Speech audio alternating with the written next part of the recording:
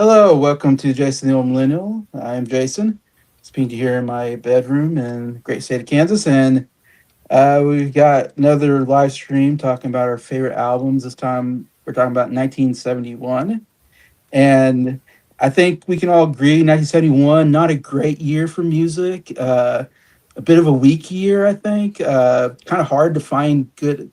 I'm joking, of course. I hope you guys have understood that. I was gonna see what you guys. The look on your face is like, is he serious? um, no, this is an amazing year of music. Arguably, you can argue this is maybe the best year as far as albums go.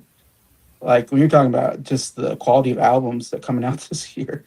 I mean, I think like I got like eight of my top 10 are like 10 out of 10 albums, and I would say at least seven or eight of them are my top 100 favorite albums of all time. I know, and one of them at least is in my top 10. Uh, maybe two or three of them are in my top 15 or top 20. So yeah, this is crazy, crazy good year of big albums. And I'll introduce. We got Scott from Sound Love Studios. We got Bryer from Breyer's Music Showcase, and we got Nick from Townsend 505. And we just did a live stream the other night with me, Nick, and Scott. So here's another one. We had Bryer to the channel. So seems like we got our group complete now. Um, but just to say about 1971, I mean, the best-selling album this year was Led Zeppelin 4. Great. I mean, this is like considered like usually the most popular Led Zeppelin album, and it sold a lot. It was a really big seller. The album of the year was Tapestry by Carole King. I believe she also won Record of the Year, and Song of the Year went to "You've Got a Friend," which was written by Carole King, but it's the James Taylor version on his Mudslide Slim in the Blue Rise and whatever album. So that's the big stuff. Besides a lot of other big albums coming out this year that we'll get to. I won't name all of them, but just a lot of huge albums that I think everybody has on their list. It's monumental albums. I mean, rock albums, and I think this is a really good year for singer songwriters as well. So it's a great year if you like rock music. It's a great year if you like singer songwriters, I think. And so that's kind of a good combination for me personally. You got folk music, folk rock. You got harder rock stuff. I mean, it's crazy how good stuff is. Um, I was talking to Bryer. Some things that happened this year. Queen is first year that they kind of had their four kind of major players. Deacon joined the band this year, and this is when they first concert this year. So Queen has not yet made an album, but yet they're on the horizon for the future. We have the concert for Bangladesh this year, which is a huge concert and a huge album, I think, as well. Um, I think it might even win the next year. Yeah, concert just a future reference, I guess. It wins album of the year the next year, even though it came out in '71. It wins for '72. That's how big of a concert album it was. I mean, you got everybody there in that one. And we see the death of two big members. One was Jim Morrison uh, at 27, as a lot of them are dying at. And Dwayne Allman also died in a motorcycle accident this year, age 24. So lost two big names in music right there. Man, you got a lot of big names coming in. Bonnie Raitt, Carly Simon, Billy Joel, the Doobie Brothers, Earth, Wind and Fire, Electric Light Orchestra, REO Speedwagon, ZZ Top. I mean, yeah, it's a lot of people, a lot of legends starting this year as well that will appear on future lists. And even this list, some of them might make this list, anyways. So that's just a little overview of this year, how good it is. I don't know if anybody else has any other thoughts they want to throw out there for 1971. No, for me, it was just because yeah, I do think 71 is definitely one of the big years of this decade. Because again, a lot of these albums that hopefully will show are some are still considered like classics in their respective genres. Um, and so I will say, like a lot of my albums I have here, like this probably has so far has the most 10 out of 10s. I think I have like 7 of these albums that I will give a Um, 10 out of 10 to. So it's not the I don't think it's the year that has the most, but we'll get to that later. But okay. at some point, but still, it was a pretty stacked year. It was, and of course, a lot of albums to get through. As I always say, I'm only restricted to what I own in my collection, and I had to listen to 74 albums for I this said, I bet you own a for lot this. from this year. Yes, 74. Wow. 74. Still not the Yeah. most yet. That's also will happen soon. But Wow. but yeah, Yeah. 70, 74, 71, a pretty stacked year, all things considered. Great year for music. Funny enough, I think every year of the 70s is really great. So I don't actually don't think this is my favorite year of the Okay. 70s. Okay. My favorites are probably 76, 77, 79, and even like 73. 73 is awesome too. But 71 is definitely up there. My Yeah. top 3 albums on this list are just absolutely awesome. Even all 10 of the albums on my list are really good. But like the top 3 that I put on my list, I'm like, these are just classics. Excited to talk about it. Yeah, it's a really good year for music. I'm excited to talk about these albums. All right. Good. And this will be good because knowing Nick and Bryer, we're going to get some more heavy metal maybe this year. I don't know.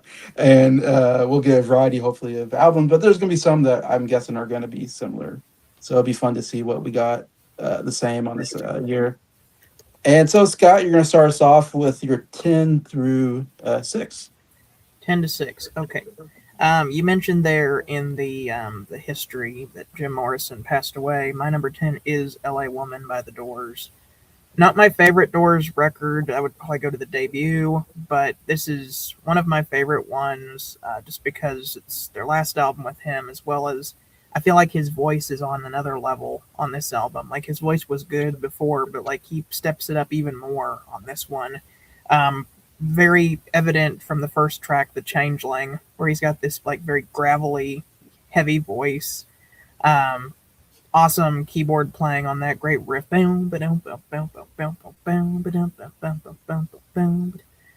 This is also the album that has their big hit "Riders on the Storm," which is my favorite Yeah. Doors song. The Okay. keyboards have always just been so eerie on that with the rain sound effects, and John Densmore's, just keeping the time there with the drums, and the keyboard sounds like the rain falling.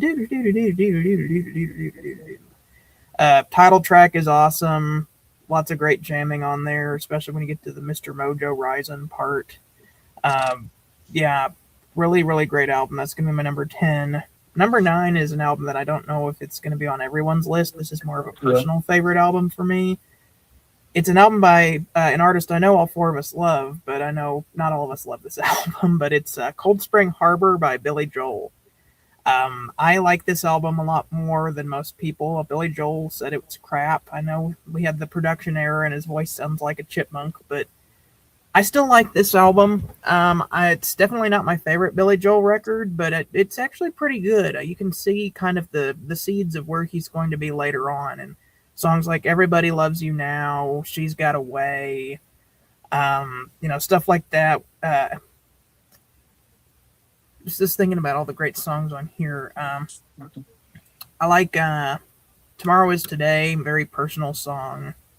But what I like about this album is it's just Billy Joel trying a bunch of stuff while he's young and kind of seeing what sticks. And of course, the piano ballad kind of thing is where he would end up going. But there's some stuff that's very un-Billy Joel sounding, like the song "You Can Make Me Free" almost sounds like a Paul McCartney rocker in like the Wings era. You got like the was it "You Look So Good to Me" or "Turn Around"? Those are almost like a country sound to them. But getting to hear where the Piano Man started out is really cool, and I especially like the second side of the album. That's number 9. Number 8 We've got Hunky Dory by David Bowie. This is Bowie's most singer-songwriter-y album. And we've got Rick Wakeman on the piano from Yes, which that's really cool that he does the piano here. But this has two of Bowie's biggest songs with Changes and Life on Mars. The latter song, Life on Mars, is arguably his best song. But there's some other really good stuff on here that, like Oh You Pretty Things is another great song on there. Song for Bob Dylan is kind of fun. Every Kooks, every song on this album just has like a singer-songwriter vibe, and it's either driven by acoustic guitar or by piano, which is very different because David Bowie is usually very in-your-face production with the guitars, and so he does that later on. Actually, on his, I'm pretty sure Ziggy Stardust is the next album, but once he gets to that album, he starts going in that direction. But as we know, Bowie is always changing with his styles. And so he wanted to do more of a singer-songwriter thing with this album here. So I kind of like the vibe of this one. Number 7, I have Fragile by Yes. We were just talking about Rick Wakeman on the piano. Fragile. The concept of this album is kind of interesting that everybody on the all the band members each got a chance to do the little kind of experimental thing, kind of these little short snippet songs. Where it's like just them doing something, and I mean those are probably my least favorite parts of the album, and I at least think that's interesting. But then there's a few songs where it's the group, and those are the best stuff. Like Roundabout is awesome. The bass is just fantastic. What is it called? Like South Side of the Sky. I forget some of the names. I know the songs. South Side of the Sun, something like that. It's whatever the last song is. But a lot of awesome, just like progressive rock on this album. Some of the best musicianship you're ever going to hear. And then speaking of we're going to continue with the progressive rock chain at number 6, which is going to be Nursery Crime by Genesis. Yeah, I thought that'd come up. Yeah, this has always been one of my favorite Peter Gabriel era Genesis albums. They're really starting to find their sound, and this is also the first album to feature Phil Collins on the drums. Features some of his best drumming, in my opinion, as well. Stuff like the Giant Hogweed or whatever, where it's just like you can tell that he's a young drummer who's just like trying to show, hey, like hire me, I'm a really good drummer on this album. Musical Box is awesome. Steve Hackett gets to show off on the guitar on that. Fountain of Salmacis, the last song on the album, is really cool and has some great mellotron. Even the song that Phil Collins sings for Absent Friends is it's like a nice little ballad on there.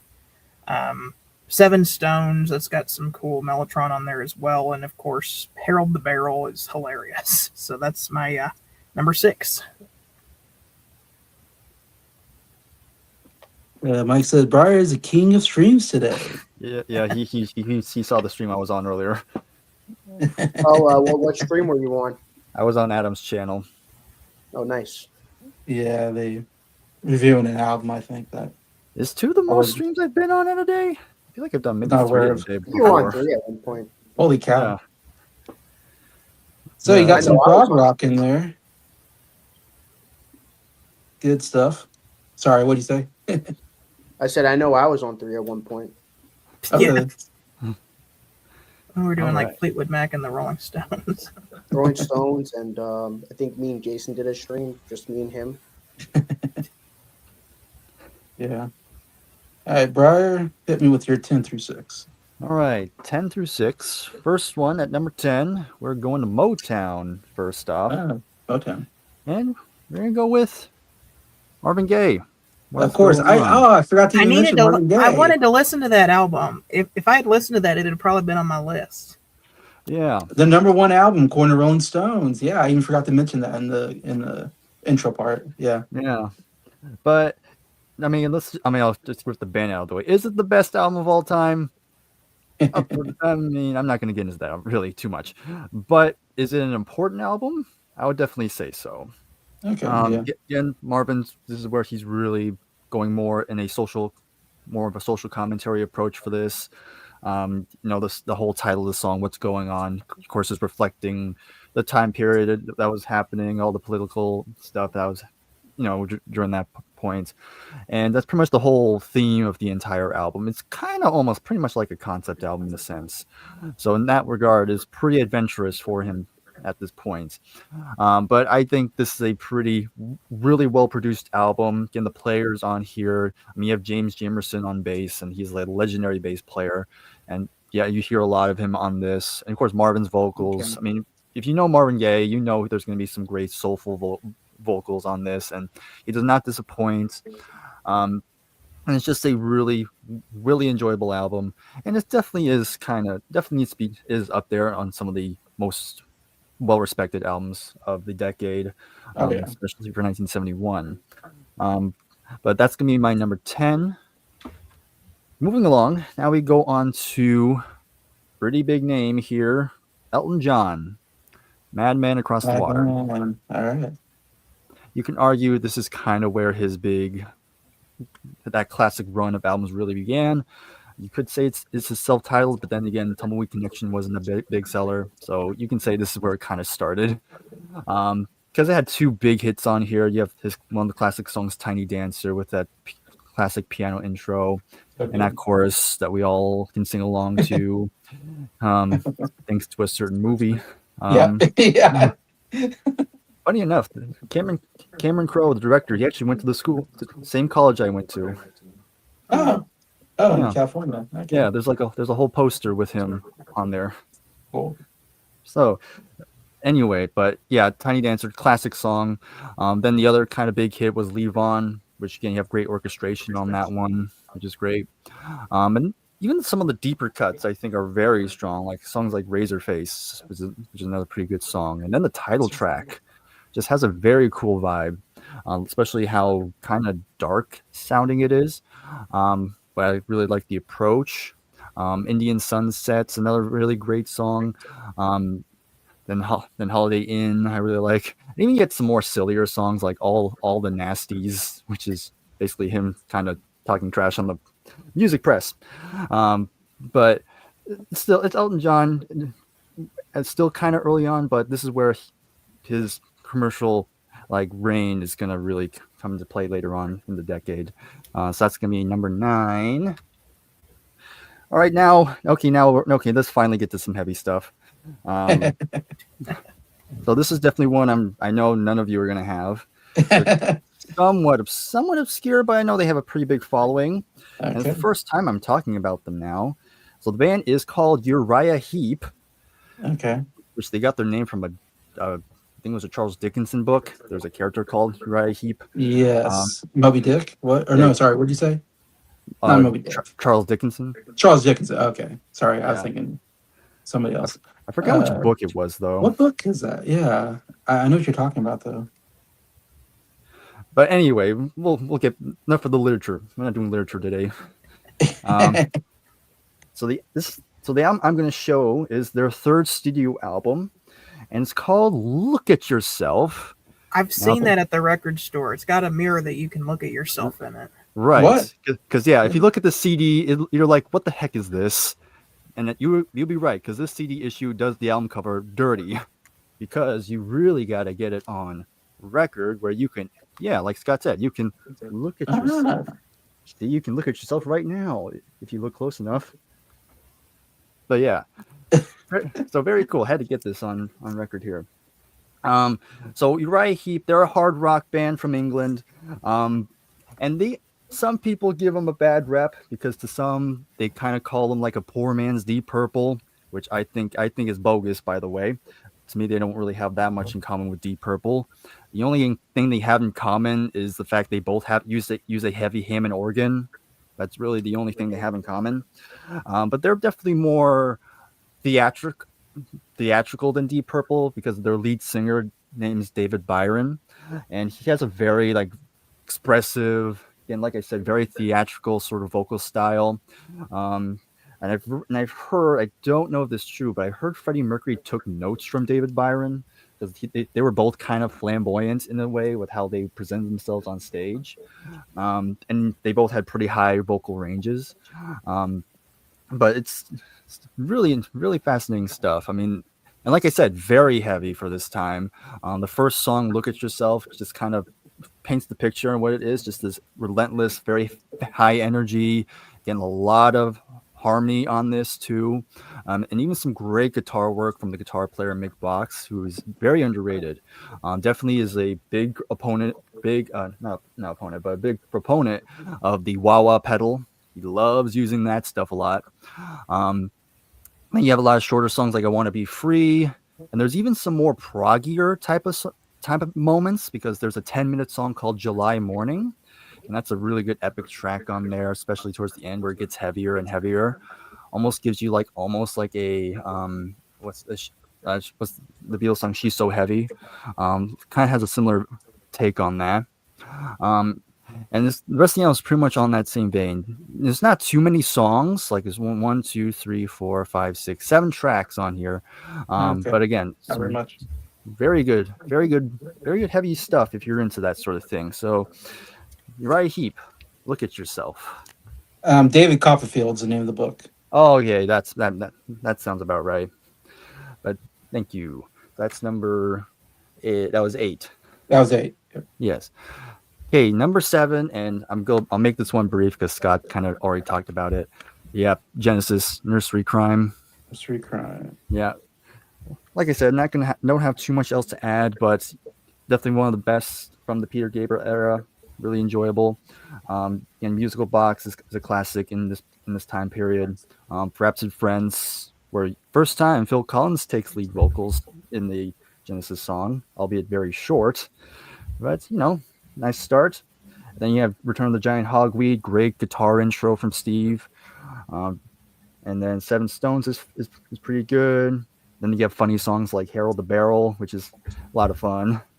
Harley Quinn's probably the weakest track, but I still really like it. But yeah, the last song, Fountain of Somas, that's another excellent song with a great Mellotron intro from Tony Banks. But yeah, that's number 7. And then number 6, this is definitely one I know Jason's gonna have, and All right. you can. It's hard to see it because it's kind of a dark cover and it's kind of obscured by one of my records in the center. But I know me, Jason, reviewed this on Adam's channel. Yeah, I knew Tapestry. it. All right, good.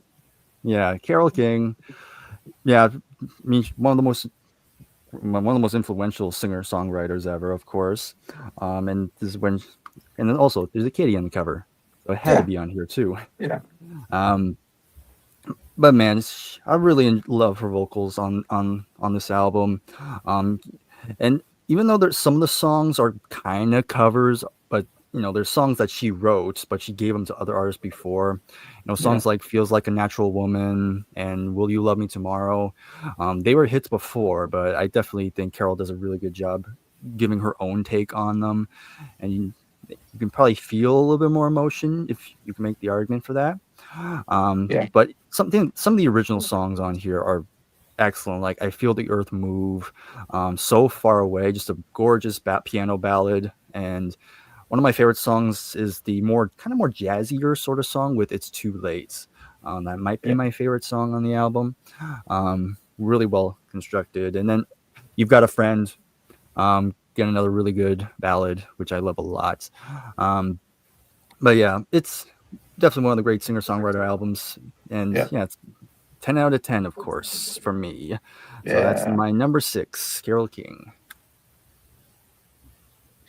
Adam says, "Hey guys, I wonder who has my favorite album, 1971.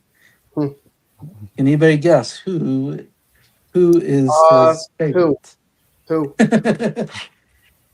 We'll have to think about that, Adam. What band has the top album of 1971? Who? Yes, who? No, that's what I just asked. I don't know who. Who? Yes. Not who.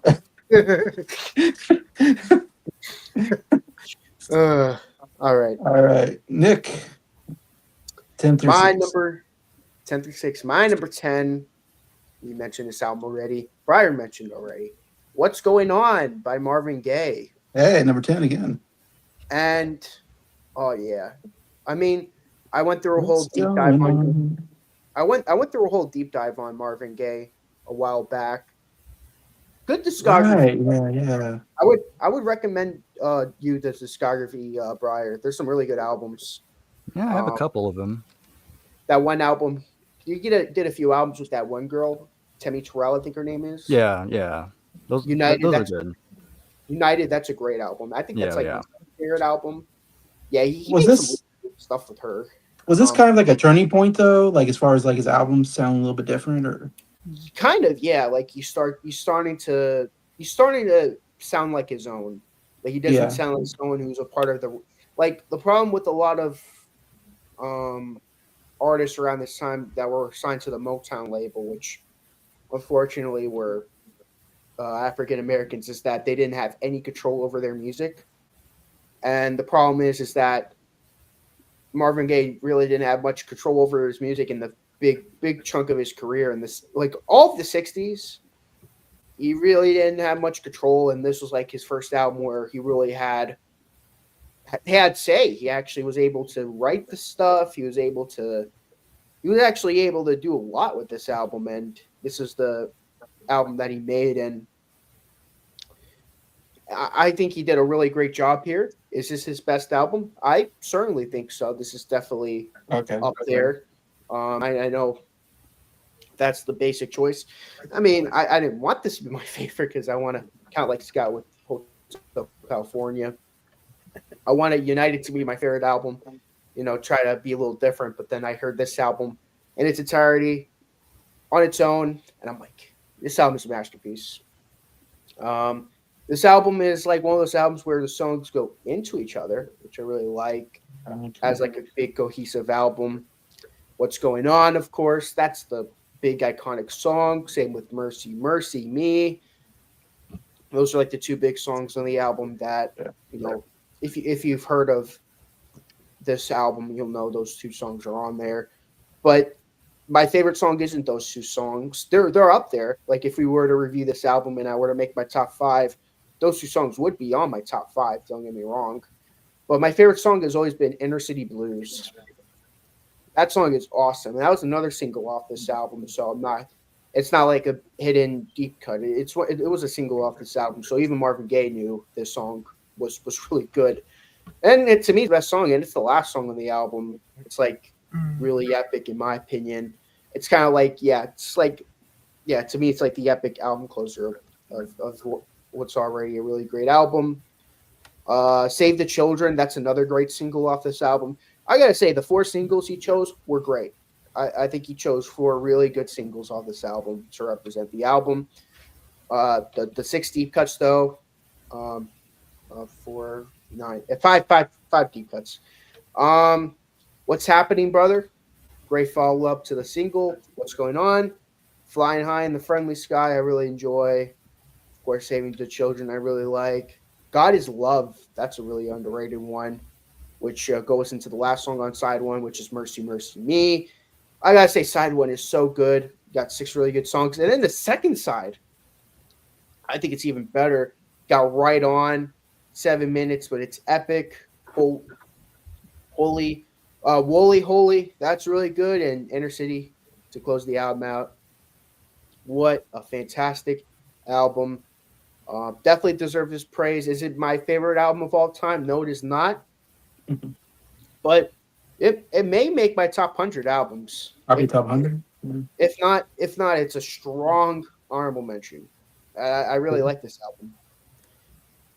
All right, so my number 9, it's going to be the David Bowie album. This was mentioned already. Hunky Dory, yes, his 1971 singer-songwriter album. Really good album. Yeah, David Bowie really finds his sound on this album. Like the first album, it's like, I like it personally, but I will admit it's a weird album. There are some songs I really hate, like We Are Hungry Men, like just weird Sid Barrett, Small Faces, like sounding stuff. It doesn't sound anything like David Bowie. I know David Bowie goes through a lot of different phases, but it doesn't fit David Bowie's style. That's a good way of saying it. It doesn't fit David Bowie. That's one thing I respect about David Bowie. He goes for a lot of different genres, a lot of different styles. A lot of stuff works, but there's some stuff that maybe doesn't work. That's the drawback you get from going all over the place. But going back to his discography, his second album, Space Oddity, I still think that's a really underrated album. And then The Man Who Sold the World, hard rock album. And then you get to this album, it's like a singer-songwriter album. Really, really good.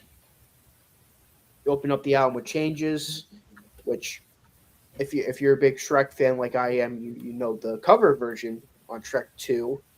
That's what it song. But I will say that the David Bowie version is way better. You get "Oh You Pretty Thing," which I always loved that song. Even when I was first getting to this album, that was like a song that always stood out to me. It's really good. Yeah. "A Light Home," it's pretty good. Not one of my favorites, but I like it. It's a good song in between that and "Life on Mars." Speaking of "Life on Mars," best song on the album. That's it. It's the best song on the album. You get Cook's great acoustic song, pretty fun, and Quicksand to close out side one. Really great first side. Side two is even. I think it's a little weirder, side two, but it's still really good. Fill Your Heart, I like. Andy Warhol, one of my favorites on the album. Song for Dylan. Oh, man. I love Song for Dylan. Always been one of my favorites. Same with Queen Bitch. That's a great song. And the Boulay Brothers, that's a good way to close out the album. But overall, really great album. I totally recommend it to you if you want to get into David Bowie. This is the album I recommend. And yeah, that's about it. Number 8, it's another album that was talked about already. LA Woman. Yes, the 1971 album, the one that this was their last album. Yes, this was their very last album that they never made another one after. Nothing came after this. released. There's no more albums after this. There's other boys. What's that? Oh yeah, they call themselves the Doors, but at this point, I mean, they released the Doors' greatest hits, but can you call that an album? Yeah, it's a compilation. For me, this is the last Doors album. After that, I just call them the Windows. So. Anyways, all jokes aside, this is the last Doors album with Jim Morrison, to be more specific. And this is a good album for him to go out on. I mean, obviously, I wish he would have made more albums. I wish he was alive, but sadly, that we don't live in that reality. So we live in the reality where this is his last album, and it is a good album to end out on. The Changeling, great album opener. One of my favorite album openers of all time. It's really good. Love Her Madly.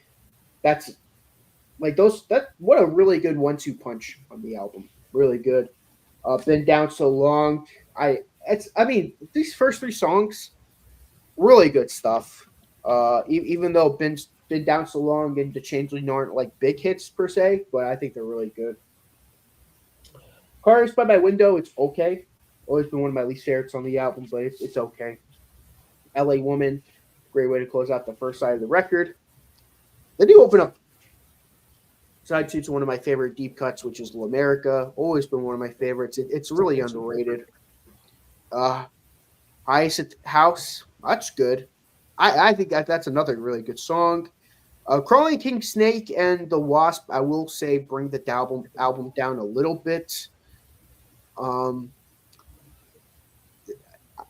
Especially The Wasp with the Texas radio and the big B beat. It's okay. I mean, it's nothing special, but I gotta say the highs on this album are so good. And then you close out with Riders on the Storm. Like I'd say like 6 or 7 of these like songs on this album are like really high quality Door songs. Even though I wouldn't say this is like a perfect album, I think this album is really strong. And Jim Morrison, in my opinion, was on a different level vocally, which I agree with Scott on that. Number 7, I'm gonna go with, and I'm confident I'm the only one who has this on my list. I would bet a lot of money on that. Okay. Muswell Hillbillies by the Kinks. It's not on my list. I know it's not on Jason's list. Maybe if we made a top 10, top 5 worst albums of 1971, Jason would put it. But yeah, this is Kinks go country.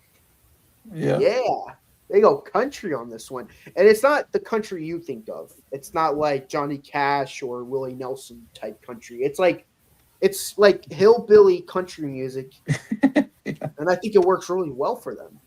I wish they. I mean, I know Jason would disagree with me. I wish they made more albums like this one.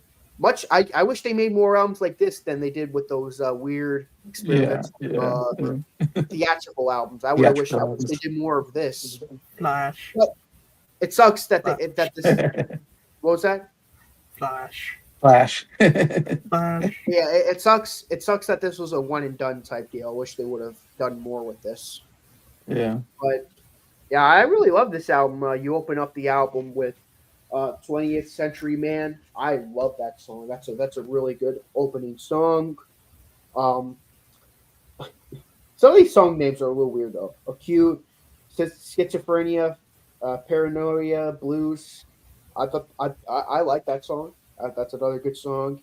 Holiday. I love Holiday. That's a really good song. Same with Skin and Bone. Skin and Bone. It's about a woman who is really fat, but she gets skinny. Yeah. I have the lyrics here. Fat flabby Annie was incredibly big. She weighed just about 16 stone, and then a fake dietitian went and put her on a diet. Now she looks like Skin and Bone. So yeah, it's about a girl who's fat and turns skinny. Yeah, it's good though. I like it. I like the part where I don't know who's doing it, but it's like someone going boom the skin and bone. It's like it's a good song. I like it. Then you get to a song about alcohol. That's another good song. Song about this about how alcohol is ruining someone's life. Really good song. Complicated Life. That's another really good song. Very, very underrated. Um, Here Come the People in Gray is pretty good. Half a Cup of Tea. That's a fun song. Even though they're trying to go more country, they still bring in a little British zest to it. Uh, it's pretty catchy. Have a cup of tea. Have a cup of tea. It's good. Holloway Jail is good. Oklahoma, USA. I really like that song. I think that was one of the songs Jason thought was decent. Like I know Jason hated everything. I remember Jason. That was like one of the few songs Jason had something to say about. So that's Oklahoma was the best song on the album. yeah. Uncle's Son is good, and Muscle Hillbillies. That's a great album closer. But I know this album didn't really do much when it was first released, but this has like a big cult following. Yeah. I'm part of it. I get why this album's loved now. Yeah, I've always really enjoyed it. I think Bryer has that album as well on CD. Yeah, Yeah. I do. Yeah. But now we get to number 6 on my list. Where I'm Coming From by Stevie Wonder. So we're starting to get to some Stevie Wonder now. What's it called? Where I'm Coming From. Where I'm Coming From. Okay. This album was released before what's the album called? Music from My Mind. Music from My Mind. This was between Signed, Sealed, Delivered and Music of My Mind. And this is a fitting like in between album. Like this is between his more Motowny like kind of like this is like before he starts to really like explode with his genius, his creativeness. This is like the beginning of it. I'd say this is like people say Music of My Mind is the first album of his classic period. Some people say Talking Book is the first album of his classic period. I say this is the first album of his classic period because you start to really hear the genius in this. He's still a little hindered, but this is the first album where he wrote everything. This is the first album he wrote. I mean, it was co-written by what do you name her? Give me a second. Sorry. A little research. go on Wikipedia. Um, I know Stevie Wonder and Cerrito Wright. Yes, so they co-wrote this album together. No covers. This is, which might sound crazy, but this is the first album in his discography with all original material from Stevie Wonder. So Okay. the last few albums, like Signed, Sealed, Delivered, um, My Sherry Amore, For Once in My Life, you starting to get tiny bits of it, but this is like the first album when you're really getting it. Like, and then the next album is where he explodes. Like, it's not his best album, Music on My Mind, but it's the first album where he really starts to show his creativeness. But like I said, this is where it begins. This is the album that foreshadows everything, and really great stuff. Look around.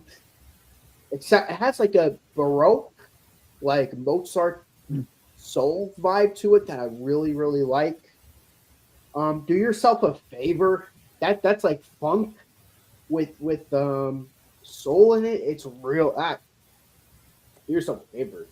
Like that. That's like the big example of what he would become. Like with the Talking Book, um, Inner Visions, Portfolio is his first finale, and Songs of the Key of Life. You really start to see that. You really start to hear and see the vision coming from that song, especially.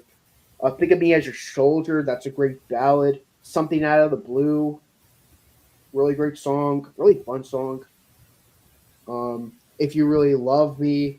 No. Something Out of the Blue. That's another really good ballad. You get back-to-back ballads on this album. Think of Me as Your Shoulder and Something Out of the Blue. Really great ballads. If You Really Love Me. That's the fun song.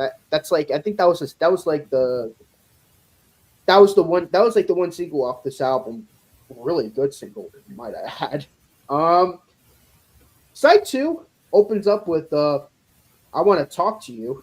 I think it's about the record label. So you really start to see the frustration come out of Stevie Wonder. And I mean, after this album, his contract expired, and they wanted to bring him back. And at that point, Stevie Wonder's like, okay, look, I want more money, I want more creative control, and if I Want to Talk to You is like a good example of like his frustration, and you really start to see him get really frustrated with the Motown record label. And what I really like about it is that this song predicted it. You really not predicted, but it was like a foreshadow of him going like, "Hey, look, I'm done with you guys. Unless you want to give me what I want, I'm not doing a record here anymore." And they gave him what he wanted, obviously, because he would end up recording more music for that record label. After that song, which that's like probably like the most serious song on the album, like but they got Take Up a Course in Happiness. That's a great song. Take up a course in happiness. Great stuff. Never Dream You Leave in Summer. That's another single off this album. Another pretty good single. Not as good as If You Really Love Me. And then the last song of the album, Sunshine in Their Eyes. Great album closer. I love this album. I think it's a really good album. Not many people talk about it. People, again, when we're talking about like big Stevie Wonder albums, they talk about Songs of the Key of Life, Portfolio, This Is First Finale, Inner Visions, Talking Book, even maybe Music on My Mind if they want to go that far. But never this album. This album kind of goes. This is like an in between album between Signed, Sealed, Delivered, and Music on My Mind, where it's not entirely his creative control, but it's not like what he was doing before with Motown, where he was doing pretty much whatever they were telling him to do, cover songs, maybe a song or two he wrote. This album is all written stuff, but it's still a little condensed. Like, you really still haven't gotten the full Stevie Wonder effect just yet. You don't get that until next year's album, Music on My Mind and Talking Book, and you get the point. But I know I've gotten a whole spiel on this album, but I think this is really good. If you're a big Stevie Wonder fan, whoever's watching this, if you're a big Stevie Wonder fan and you're into those albums that he released and you want to hear more of it, listen to this album. This album, I think it's on the level of those albums. I My hot take is I think it's better than some of the big albums like Performances and Intervisions. I like this album better than those two albums. I know that's gonna sound like a hot take, but I really like this album, and I don't think it gets the love it deserves. But at the end of the day,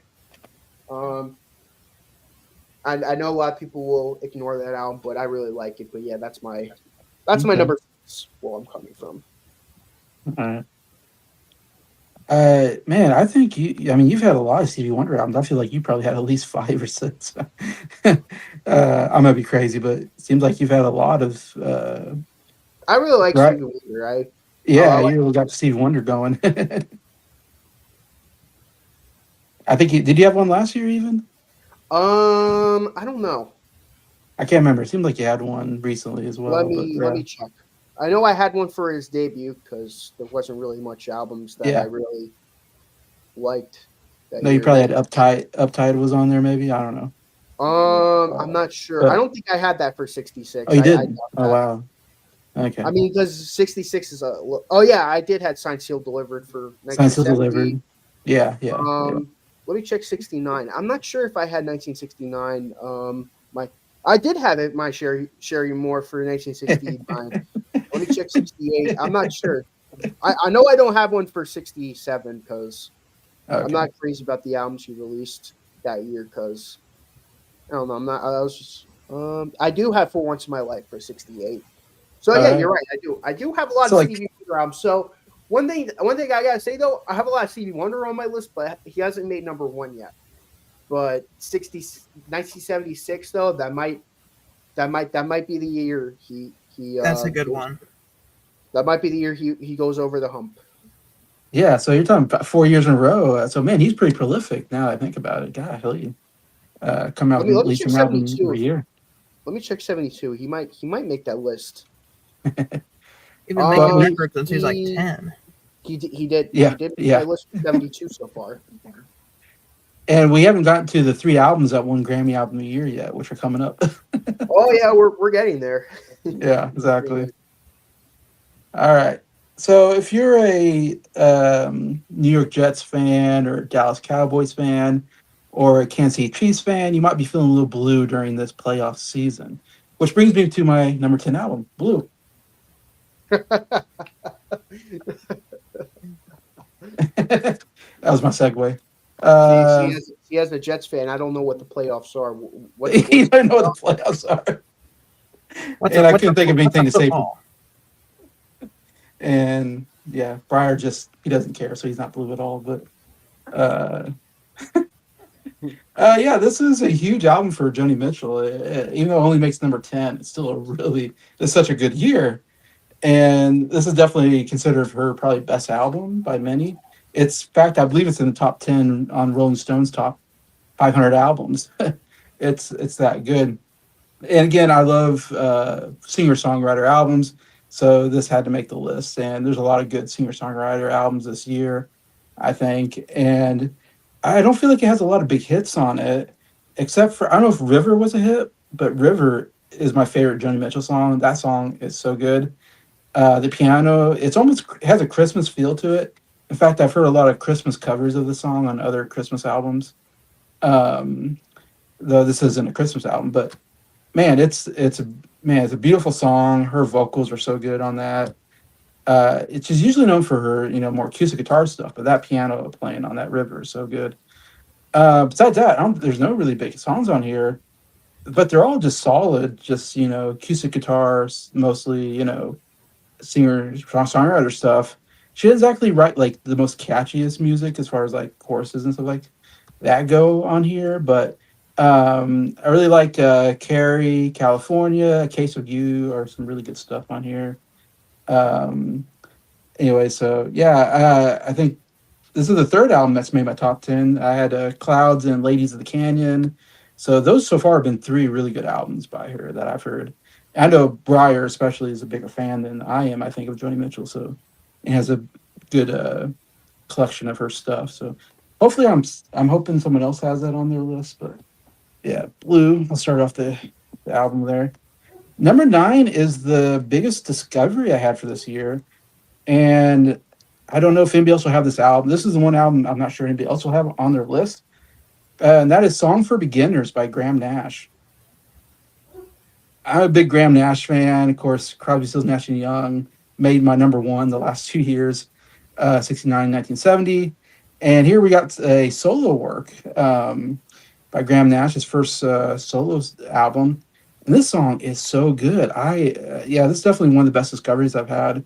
I mean, this is early on in 1970s, but at the end of the decade, I'm curious if this will probably be in running for best discovery, maybe of the decade. Who knows? We'll see.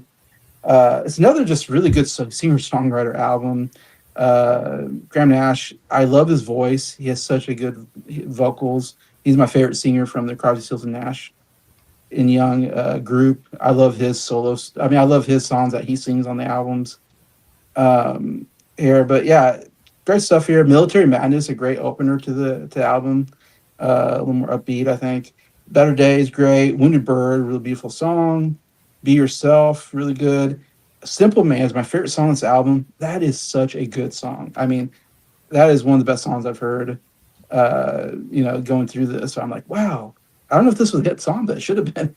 It is so good. It's a beautiful song. Great vocal work by Graham Nash. He has such a good high, tenor voice. And Man in the Mirror also very good. But yeah, if you don't know, I don't know if everybody knows this album. I know Nick does.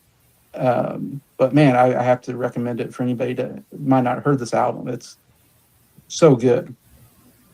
Number 8, I have Cold Spring Harbor by Billy Joel. So Scott, you're not alone on this one. I was hoping somebody would also have this on the list because we were covering Billy Joel on Scott's channel. And So like 9 out of the 10 albums on your list are 10 out of 10s, pretty much. yeah. Wow. Yeah, they're almost all 10 out of 10s.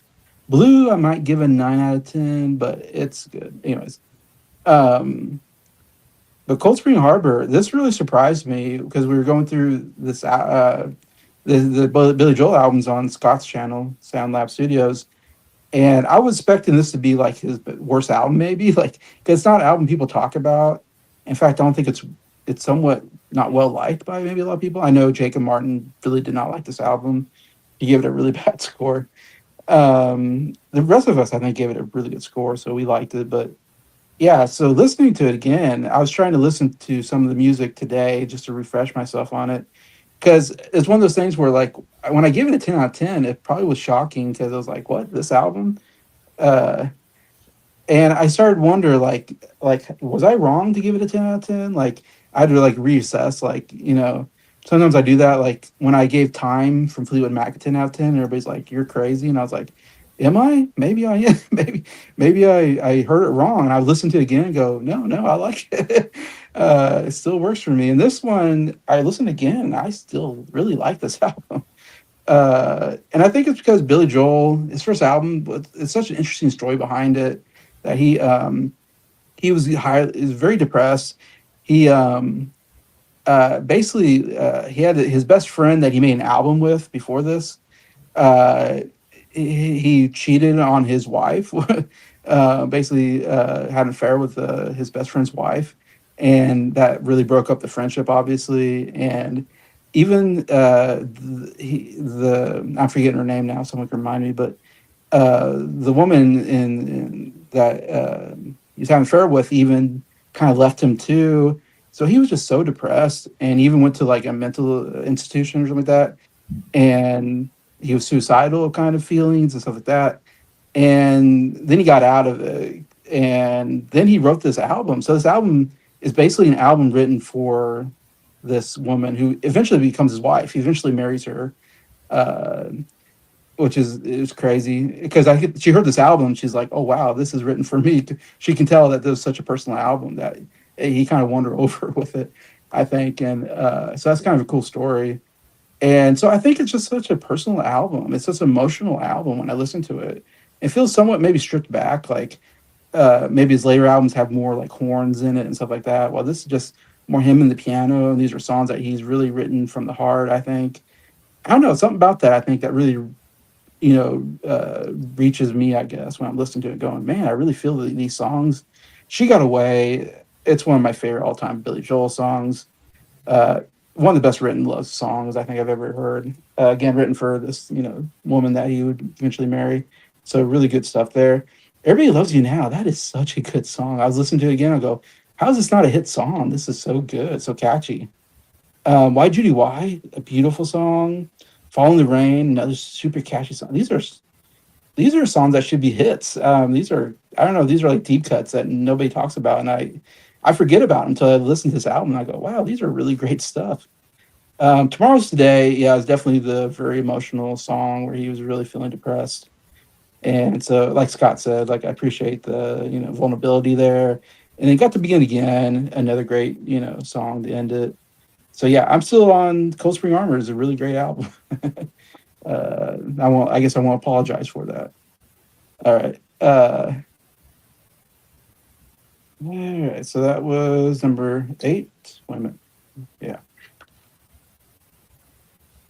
So we're gonna ram on with the next one at number 7, which is Ram, which I do not have. I have on CD. I don't have it on vinyl, so I can't show it. I was testing Bryer to see if he had these on CD. Yes, Ram. The Rams are on right now. The football. That's true.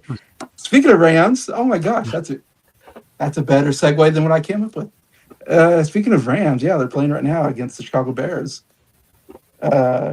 So if they win today, thank me for putting this album on my top 10.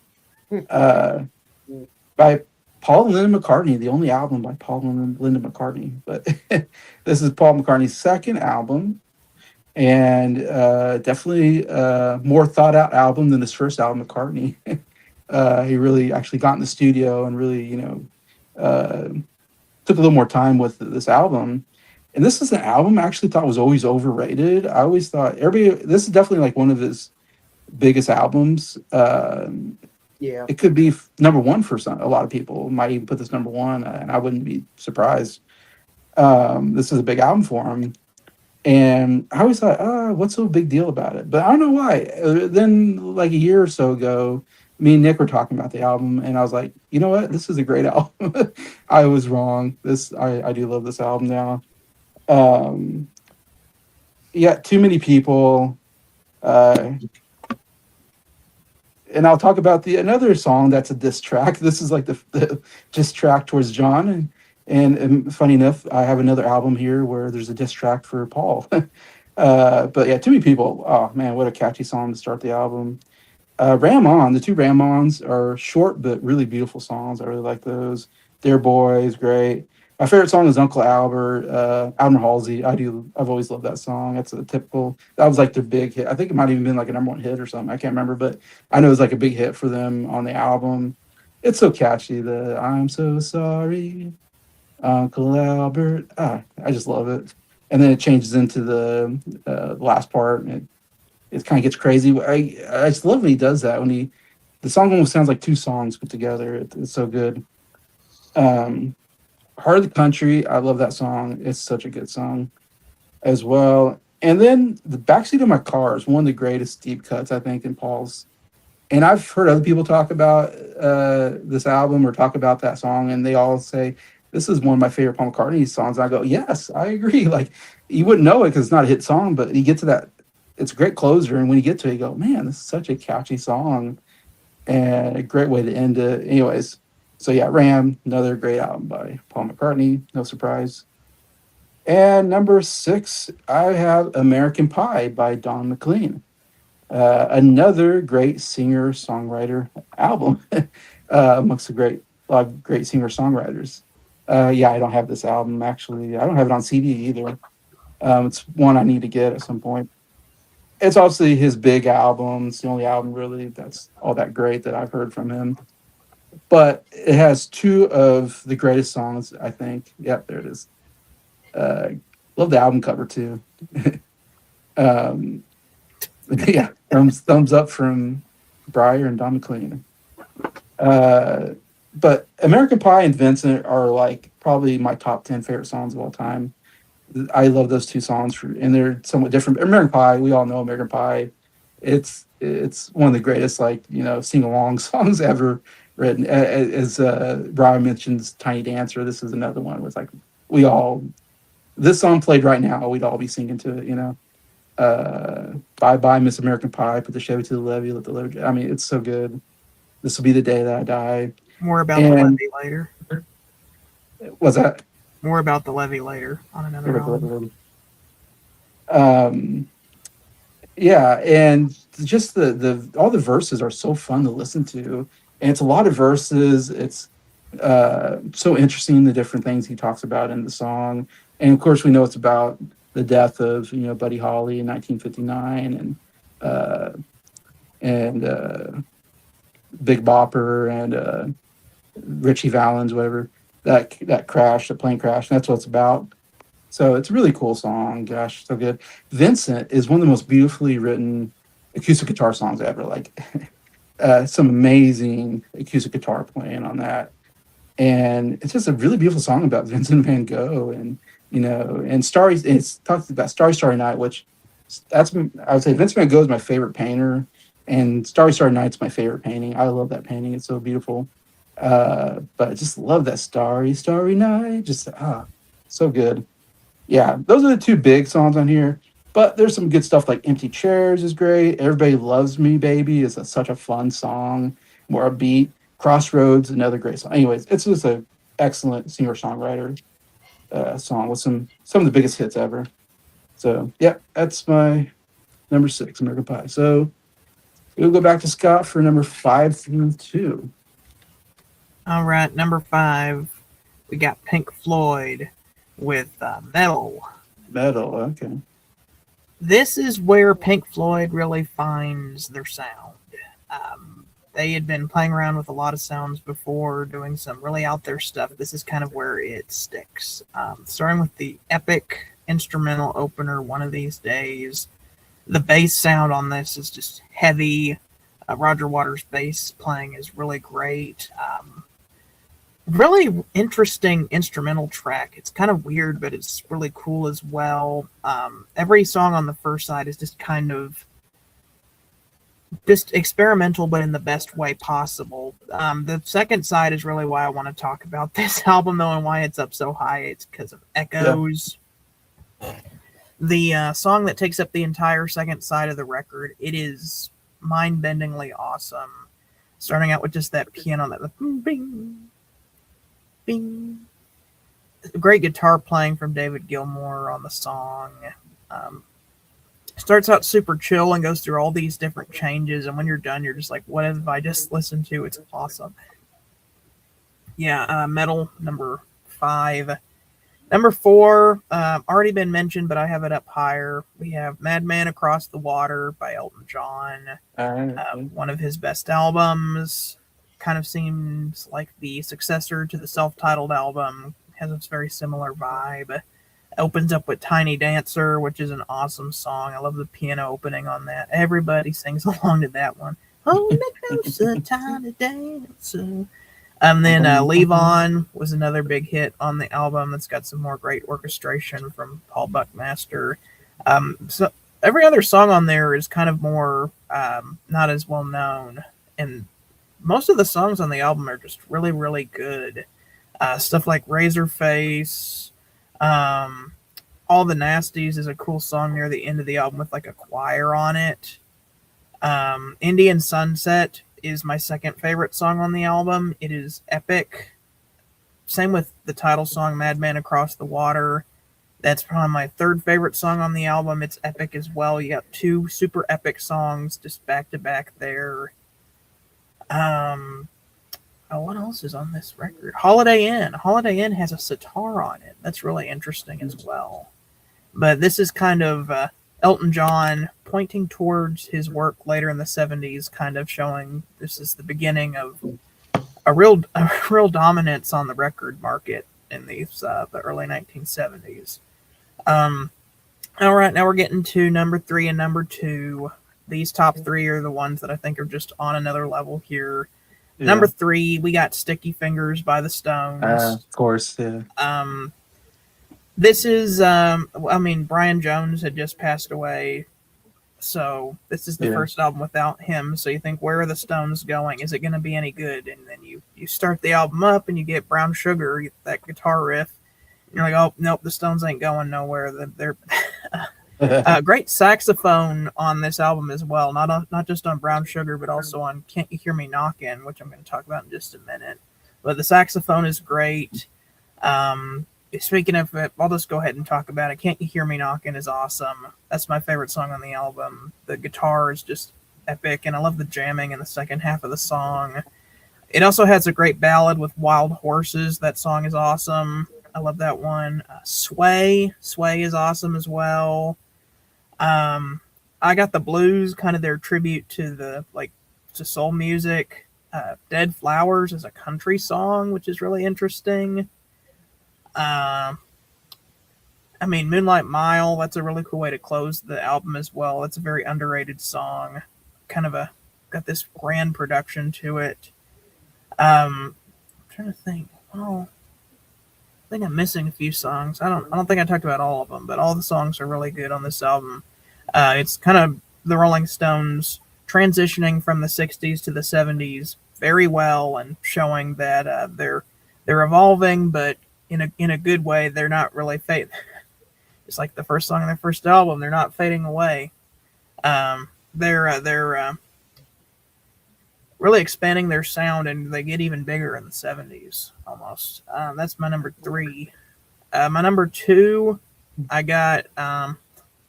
You can probably guess what this is. It's right there behind Bryer. I can't say the name of the album because the album does not have a title. So we're just going to call it Man with Sticks. Yes, The Man with Sticks. By Led Zeppelin. The Man with Sticks by Led Zeppelin. Yeah, this was the first album by them that I had heard. Every song on this album is just fantastic. If you thought the Stones album was great rock and roll, this is even better. Starting with Black Dog, which has that awesome guitar riff. I mean, John Bonham is a madman on the drums. We have 2 madmen on the drums. My number 1 has one as well. But he's just crazy the whole time, especially the drum intro to the second song, Rock and Roll. That song's awesome as well. Great guitar riff. Battle of Evermore, kind of a more acoustic song that sounds like something off their third record. Got Lord of the Rings references and features a guest appearance. They really didn't have very many guest appearances on their songs, but there's a guest vocalist on there. There's a duet with Robert Plant. Really cool. And then, of course, everybody knows this album for the next song, Stairway to Heaven, which is as amazing as everyone says it is. The guitar at the beginning, the acoustic intro, how the song just kind of builds up over time, the awesome guitar solo, and then the rocking outro. Epic song. Misty Mountain Hop is a really underrated song with some great keyboard playing from John Paul Jones. I love that one. Four Sticks is kind of an interesting song because the first time you hear it, you're like, this is weird. You're like, what is this song? But then, like, the more you listen to it, you're like, oh, this is actually pretty cool. You got Going to California, which is an awesome ballad. More of an acoustic song. Really like that. And then When the Levee Breaks is just epicness. Starting off with that drum intro. As you just like, every time you hear that intro, you're just like, ooh, something good's about to happen. This is going to be good. But yeah, that's number 2. Good pick. I approve of that. All right. All right, Bryer, you're 5 through 2. All right, so pretty much my 5 through 2, they were all mentioned at some point by somebody. Really? So my number 5, I'm gonna go with one that Scott mentioned earlier, Sticky Fingers. Yeah. Rolling Stones. I mean, I've said this before. It's always been my favorite Stones album. I just always gravitate towards this one the most for some reason. But yeah, this is my favorite period of the Stones in general. Again, the stuff with Mick Taylor, that's usually where I go gravitate towards. And of course, you start off with Brown Sugar, a great little rock song to kind of get everything going. Despite the controversy behind it, still, I think it's a very fun song, all things considered. And then you have Sway. Really enjoy the vibe of that one. Excellent track on that is. Then you have some ballads with Wild Horses. Again, that's a classic song, so that one goes without saying. Can You Hear Me Knocking? Again, it's 7 minutes, but it's just a lot of good moments in that one. Then you got to move. Not my favorite song. I think most of us can agree. Oh, I forgot about that. I forgot that was on. That's probably It so much. Probably a reason why. It's definitely the weakest song, but it's not short, so this doesn't detract too much away from it. They have songs like "Bitch," that's despite the name, another very good rock song. Watch your mouth, Bryer. Oh, sorry. You didn't say anything when Nick said "Queen Bitch" earlier. Yeah, I was gonna say I can't say anything. Anyway. Bryer, he just has a filthy mouth every time he comes on this channel. No, I'm just kidding. It's because when Bryer does it, it's like unexpected because he never curses. I swear a little bit, mostly on my channel though. On his channel, yes. Or when he's talking about Lindsey Buckingham doing something experimental. Yeah, that too. Yeah, I was gonna say we mentioned Lindsey Buckingham, but don't mention that around Bryer. Yeah. Especially post what's it called? Post rumors. Yeah. I'd watch. We'll talk about that album when I get to it. Yeah. Oh God. Anyway, let's bring the energy back down. You got the blues. Like the name suggests, nice kind of bluesy song, but it's very good. Then I really enjoy really underrated songs like Sister Morphine. That's the one I was trying to remember, Sister Morphine. Yeah, that's a really underrated song. Same thing can be said with Dead Flowers. I really enjoy those two songs. Those songs always tend to get ignored, I find, but I think they're really underrated songs. But really, one of the big reasons why I love this album so much is because it has my favorite Stone song, and that's the final song with Moonlight Mile. Just the orchestration on that track and even the acoustic guitar on it, I just absolutely love it. And some of my favorite lyrics from the Stones in general. So that song always has a special place in my heart. But yeah, that's some of the big reasons why this is up here. Number 5, Sticky Fingers. And then here is one that Jason mentioned, and it's Blue. Joni Mitchell. Yep. Yeah. I mean, I'm hoping about it. Yeah, I know. I mean, you guessed correctly. And yeah, you're right. I'm probably the biggest Joni fan here out of everyone.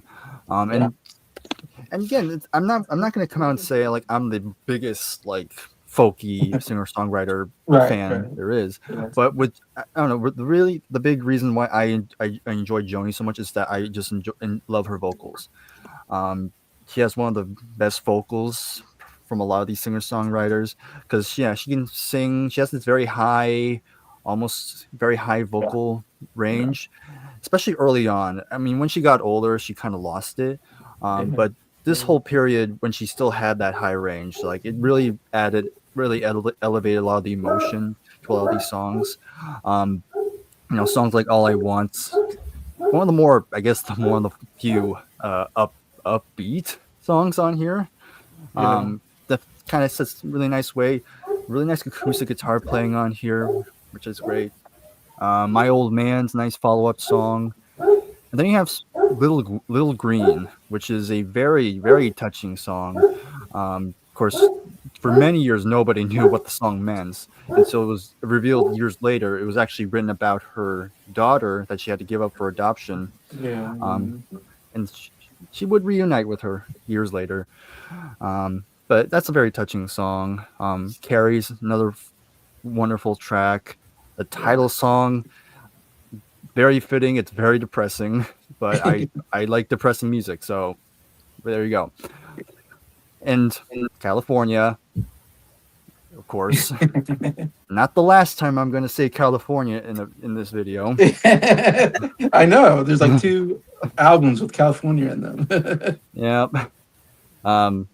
Then of course River again, like Jason mentioned, that's another great song. And A Case of You, probably some of the probably her best vocals is "A Case of You," which definitely showcases her high range. But also got to mention "This Flight Tonight" and "The Last Time I Saw Richard." Goes without saying, this is pretty much a breakup album because I think she recently Yeah. broke up with Graham Nash. I know. I just mentioned Graham Nash, and then I forgot. Yeah, that's the reason. Yeah. Yeah. So again, that adds to the emotion of this album. But yeah, this was my first Joni album, and it made me a fan ever since. So that's why it's number 4. Well, he wrote Our House about Joni Mitchell on the Deja Vu album, and then they both have solo albums this year. Yeah, it's interesting. Yeah, funny how time is so short sometimes. Yeah. Anyway, number 3. Give me a sec. Number 3. Oh, sorry. Found a bunch of sticks on the floor. How many? Bad jokes aside, Four there's a of lot them. of sticks. But yeah, no, I don't say Rolling Stones. Led Zeppelin. Led Zeppelin, of course, the 4th album, the untitled album, Man with Sticks, whatever you want to call this thing. It's their best-selling album, which it's not a shock because of how many classic songs are on here. For all the stuff that were mentioned before, Black Dog, one of the great opening songs, Rock and Roll, very heavy song. It's even though it's called rock and roll, you can argue that's close to a metal track. I've seen some people make that argument. Yeah. Then Battle of Evermore, kind of a more folky sort of track, but it's very nice. Stairway to Heaven. I think not much else to add to that conversation. Yeah, classic, of course. Misty Mountain Hop has a good keyboard intro, very fun track. Four Sticks still my least favorite song, but it's still not a bad track. And then back to back albums, Going to California. Yeah. California and Going to California. Yeah. Is there a Leaving California song? Well, there's Goodbye to Hollywood. Say goodbye to Hollywood. That's close enough, I guess. That's close enough. A few years away from that one, though. Yeah. But yeah, I mean, that's another acoustic number, but I love that song. One of my favorites, of course. And yeah, one of the great closing songs with When the Levee Breaks, one of John Bonham's big moments. But yeah, I mean, it's a classic album, had to be mentioned here, of course. That's number 3. And then number 2, this is one that Scott mentioned a while ago. And yeah, it's Hunky Dory by David Bowie. Yeah, I think it's still my favorite Bowie album. Okay. Yeah, it's a singer-songwriter era, but he pulls this off extremely well. Again, you have the hits, Changes. I mean, very catchy song. Then you have Oh You Pretty Things, another very fun track. 8-line poem that's kind of a little bit of a throwaway, but again, it's short, so it doesn't overstay its welcome too much. And then my favorite Bowie song, of course, is Life on Mars, just the piano from Rick Wakeman and the orchestration of it. And I still think it still has David's best vocal performance on a track. Just adore his delivery on it. Then you get Kooks, again, very goofy sounding song, but I love it. And then I really enjoy Quicksand. To me, that's a very underrated song. I think lyrically, I kind of resonate with Quicksand a lot. That's why I've always enjoyed that song. Then you have Fill Your Hearts, and then after that you have Andy Warhol, that's a good song. Song for Bob Dylan's really good, and then Queen Bitch. There we go again. There we are again. What the heck? There I go. Anyway, I'm not apologizing. And what does he say in Oh You Pretty Things? The earth is what? Yeah. Oh yeah. That song. That word's a very common word back then. And then close off with the Boulez Brothers, which I love that. I think it was a horn. I think that's horns you hear in the chorus, which I think I love that one. Love that moment too. But yeah. Again, my favorite Bowie album. It's number 2. It's one of my favorite albums in general. So that's my number 2. All right. Okay. This is very interesting because as I go on, I'm trying to guess who the number one is. So we'll see here. But yeah, let's Trying to go with guess Nick. who the number one is. Yes, I got a feeling, but let's go with Nick's 5 through 2. Okay. My number 5 is going to be Master of Reality. There it is. Black Sabbath. Yes. Good. I'm surprised you didn't have it on your list, Bryer. Yeah, 'cause- Bryer It was hasn't close. had it so It far. came so I close. forgot you weren't crazy about the album. Well, not that you It was, weren't crazy. about it's up like, there, but it didn't quite make it. Yeah. But yeah, as Nick said, it's probably my least favorite of that original Ozzy run. Okay. But I really love this album because apparently there were different pressings, UK pressing, US pressing, but it's pretty much the same album at the end of the day. But Sweet Leaf, start the album off with the guy coughing because he was smoking on that Sweet Leaf, to say the least. But I love this song. I mean, it's iconic. It's one of the more iconic Black Sabbath songs for a good reason. I love you, Sweet Leaf. I love that song. After Forever, oh, that's another great song. I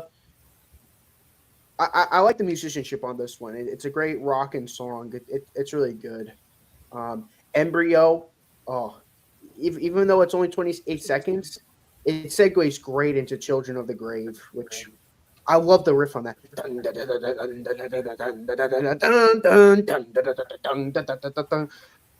If you don't know about this thing that someone did, they took that riff and put that on Getting Ready by the Temptations. That's fun. And then Looney Tunes also stole that riff. Yeah. Oh, it's awesome, though. I love that riff, though. But then we get to side 2, which is like a nice little instrumental, goes into Lord of this World. Good stuff. Solitude. Ooh, that song is great. It doesn't sound like Ozzy Osbourne, but it is Ozzy Osbourne. I remember asking Bryer, I'm like, Bryer, is this really Ozzy Osbourne? I was so confused, but it is. And then Into the Void. That is a badass song. Yeah. That is a badass song. That is a great song. I love that song. But I love all 8 of these songs. Yeah, to me, this is a really good album. Number 4, Nursery Crime. So we got Nursery Crime. Third one. You got the Musical Box. That song's awesome. I love Harold the Barrel, Seven Stones, Return of the Giant Hogweed,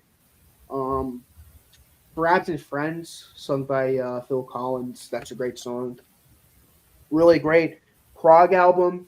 It's higher on my list, but I think Scott reviewed the album better, so I'll leave it at that.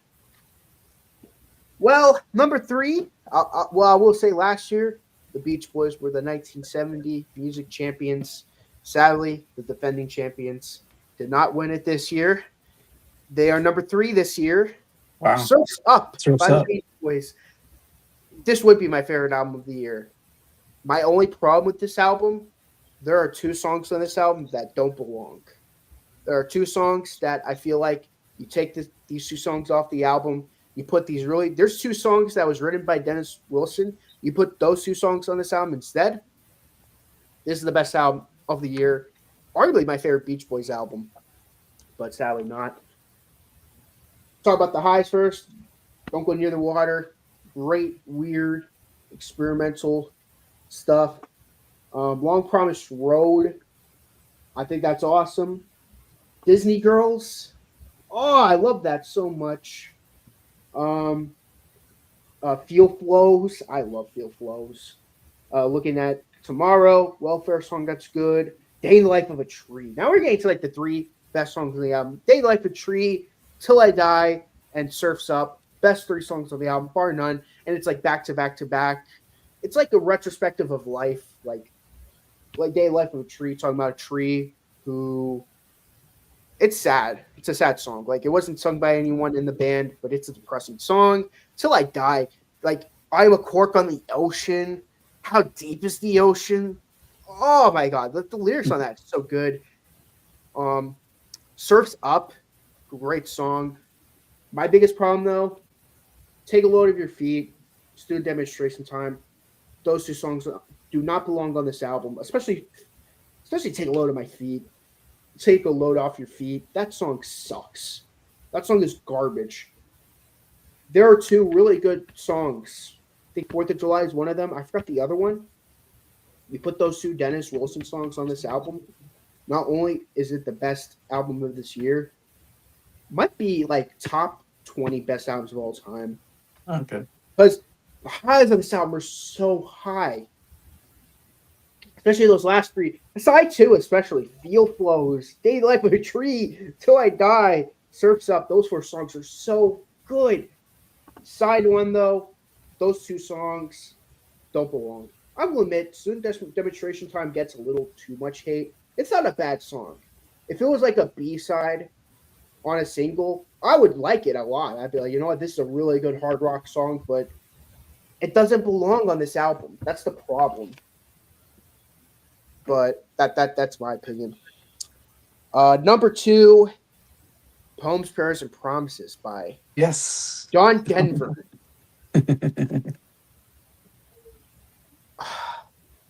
This is another frustrating album, Jason. Not only would this be my favorite album of this year, this would be my favorite album of all time. Wow. It's really that good. It's really, really, really, really good. The greatest. I'd argue this is the greatest singer-songwriter albums of all time. Even though it's not my favorite album of all time, I'd argue it's the greatest singer-songwriter album of all time. Poems, Prayers, and Promises. Man, that's an awesome album opener. His version of Let It Be? You kidding me? That might it's getting up there as one of the greatest Beatle covers of all time. Yeah. I mean, it's up there. Like, there's a couple of Beatle covers where I say I think the cover's better than the original. Mm-hmm. Like I Call Your Name.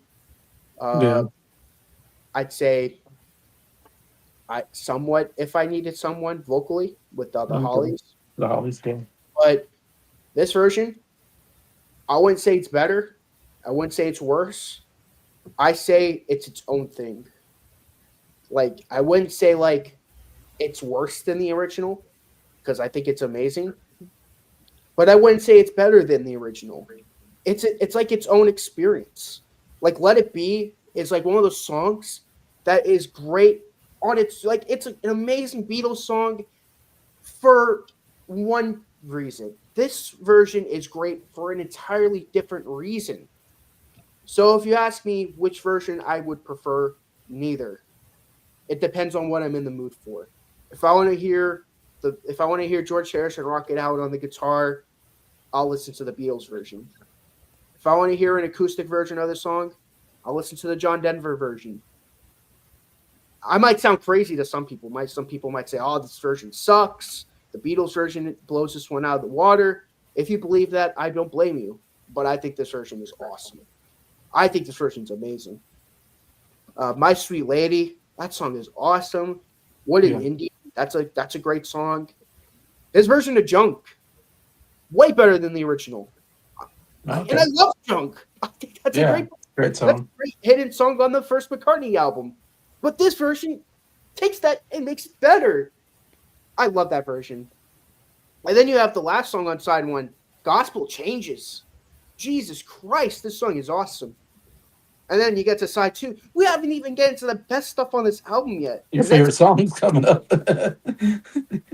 Take Me Home, Country Roads. Yeah. One of my all-time favorite songs, like top 5. I Guess He'd Rather Be in Colorado. That's another just outstanding song.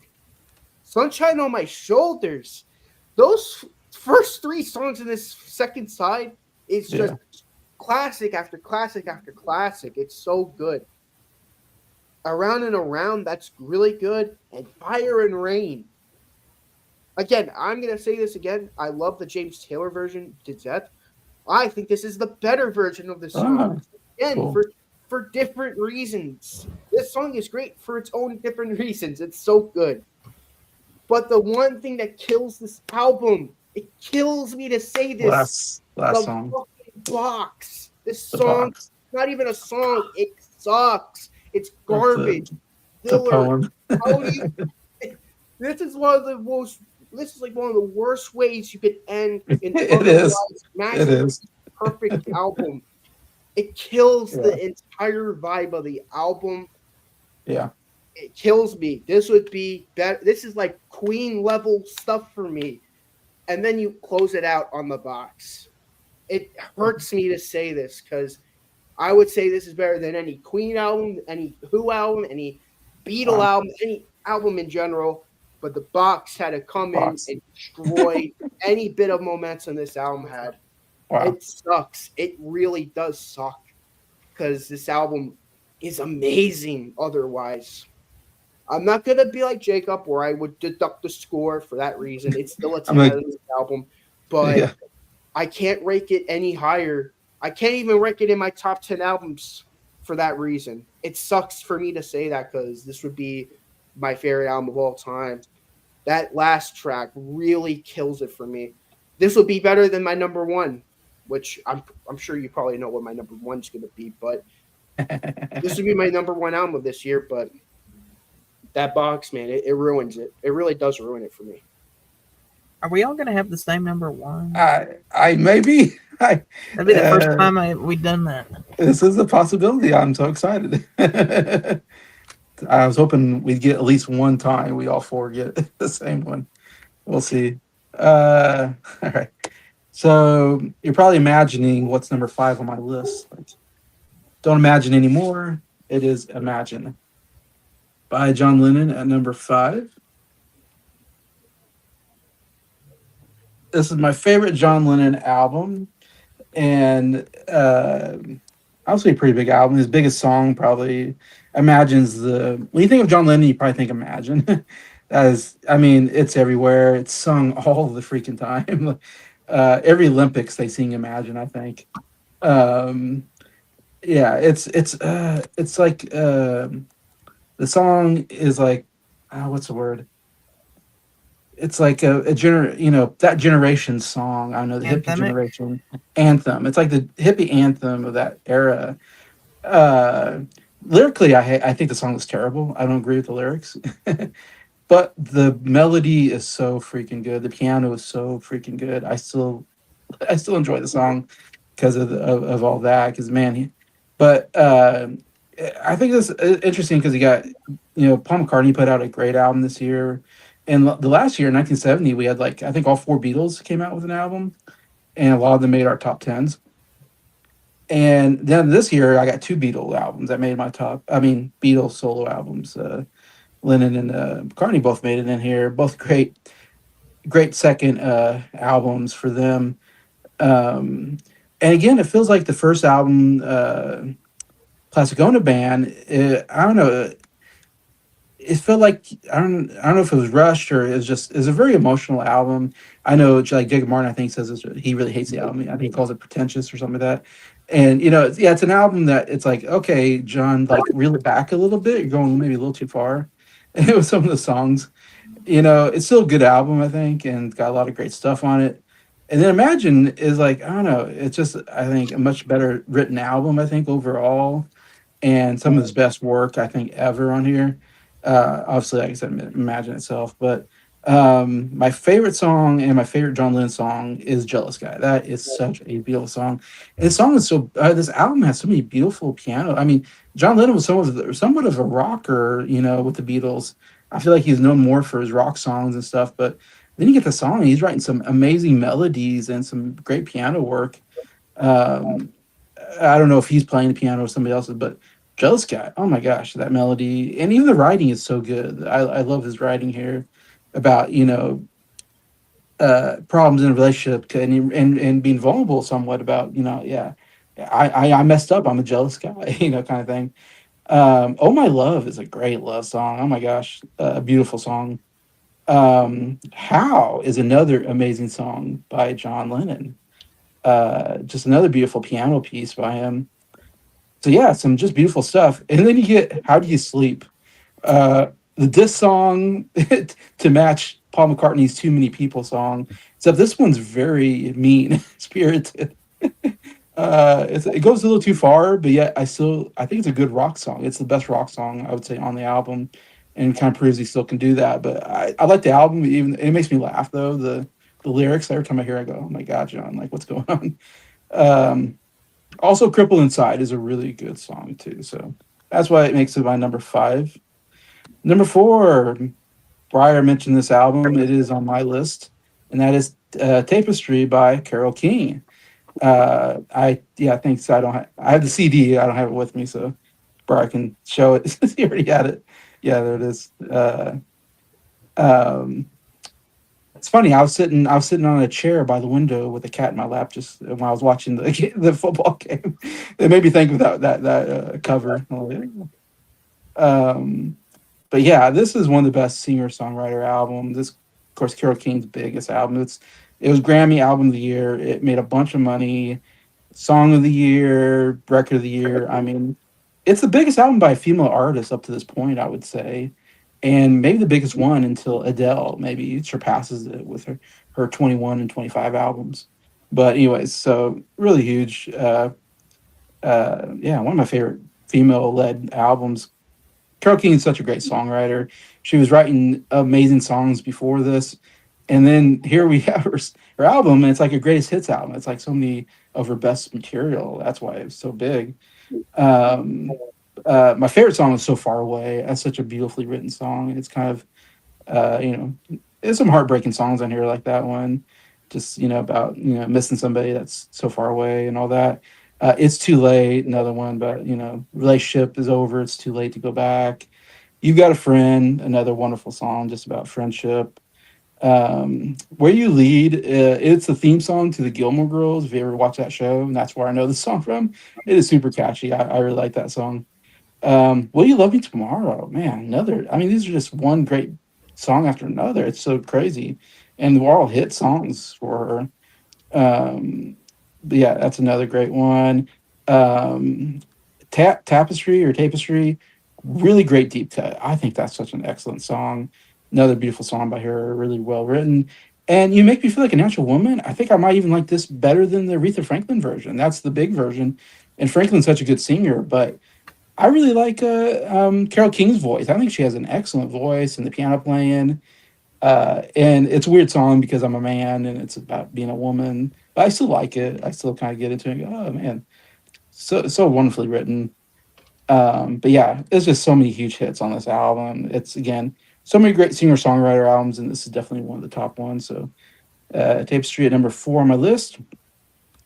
Number 3, one it's been mentioned quite a bit. We got the Man with Sticks album. Of course, I had to have it on here. Number 3, which is same as Bryer, had number 3 on his list, and Scott had number 2. So all three of us, we all have it pretty much around the same area. It's the top 3 album of the year. 10 out of 10 for sure. My favorite Led Zeppelin album. You got a lot of my favorite albums of artists. I think when I look at it, I mean, they're almost all of my favorite album from this artist, except for maybe Paul McCartney. It's not, and Bill Joel. It's not, But yeah, I mean, these are great artists coming out with their best material in the same year, which is crazy. But Led Zeppelin 4, I mean, it's an incredible rock album. I agree with you. Black Dog, great opener. Rock and roll. And then you got my favorite song, "Stairway to Heaven." Yeah, my favorite Led Zeppelin song. Probably my favorite non-Beatles song of all time, I would say. Just epic. Misty Mountain, pop, so fun, so catchy. And then, yeah, I'm going to mention Going to California. Joni Mitchell talked about California. Now we're talking about California again. What is it? What is it with California is my question. You even have an album called "L.A. Woman," I guess. So that's another kind of California reference. So a lot of California references here. Uh, and you got the Beach Boys, who you think of California with them, anyways. That's I love going to California. That's another like you're talking about what three top 10 Led Zeppelin songs on here, for my opinion. And Go to California, I love it because it's not as rocking as the other ones, but a great acoustic guitar playing and Robert Plant's voice is so good. But yeah, I'm with you guys. Let's Run Forward, one of the best rock albums of all time. Number two, I am in total agreement with Nick. Homes, Prayers, and Promises by John Denver made my number two spot, which I have the CD, but don't have it with me at the moment. Um, sorry, Bryer. I don't know if Bryer has it handy, but I agree totally with Nick saying on this album. There it is. This is my favorite John Denver album. It's his first really big album. The title song is again great singer songwriter and a great album by him. But Promise, Prison Promises, that's a top. I mean, there's like 3 top 10 songs here for sure. Starting with that song. Oh my gosh, it's so well written about sitting around a campfire, telling stories, reminiscing. I love it. My Sweet Lady, great song, good deep cut. Take Me Home Country Roads, yeah, one of his all time greats. Uh, it's probably his most well known song, maybe of all time. I've heard even if you go to like Germany, they sing the song in the bars there. I mean, it's like worldwide famous. Like people love it all over the world. I think it's so darn catchy, and it's the theme for West Virginia. It's their state theme song. I guess I'd rather be in Colorado. A great song. Like I agree. Yeah, there's so many great stuff here. Sunshine on My Shoulders, my favorite John Denver song. So beautiful.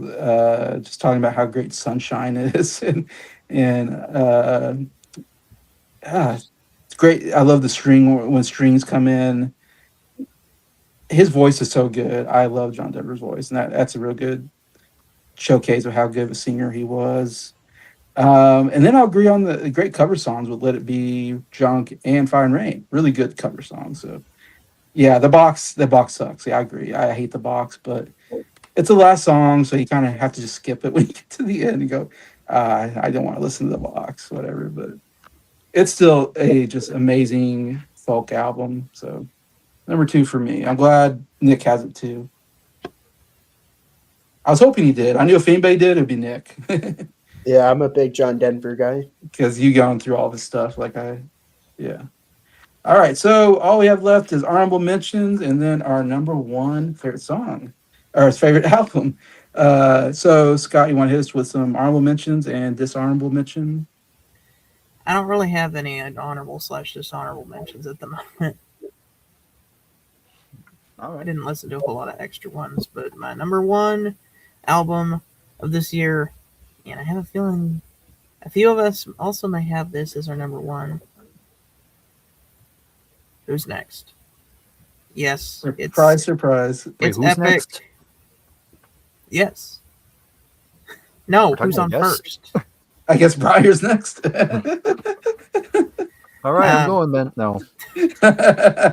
Okay. Then what's your number 1 album? Then? I don't know. I It just goes you around go to all first. 4 of us.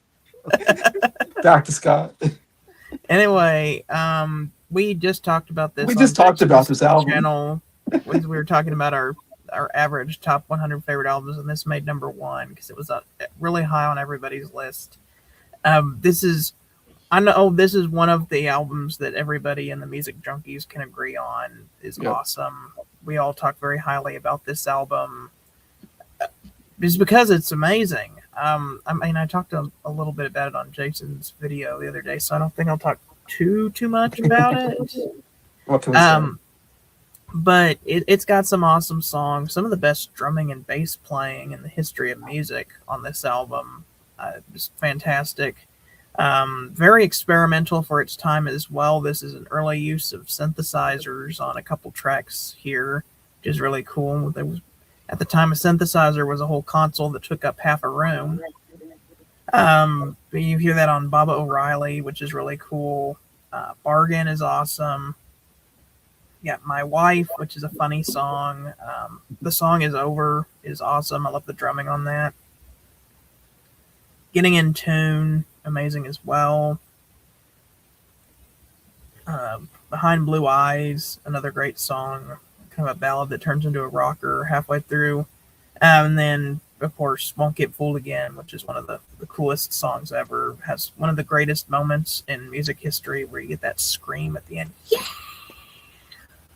Yeah, it's amazing. It had to be number one. I had a feeling. All right, who's next? Oh, Bryer. Okay. Any honorable, dishonorable mention you want to mention? Oh, I listened to 74 albums, so I think so. All right. In no order. So we have, first one, we have Alice Coltrane, who is the wife of John Coltrane. Oh, yeah. Yes. This is her album, Journey in, I'm not going to try to pronounce it. It's a long word. But it's just a jazz album, if you couldn't tell. Yeah. Then from there we have 2 albums from Alice Cooper. They released 2 albums this year with Killer and Love It to Death. That's when they were truly finding their sound after about 3 albums that didn't really do much and not that good. Their first album sucks. Yeah. But those 2 albums, that's where they start getting good now. Next, Badfinger with Straight Up. Bee Gees, Trafalgar, that made it. Oh, yeah, we just talked about that. Yeah. All right, and then Bill Withers, Just As I Am.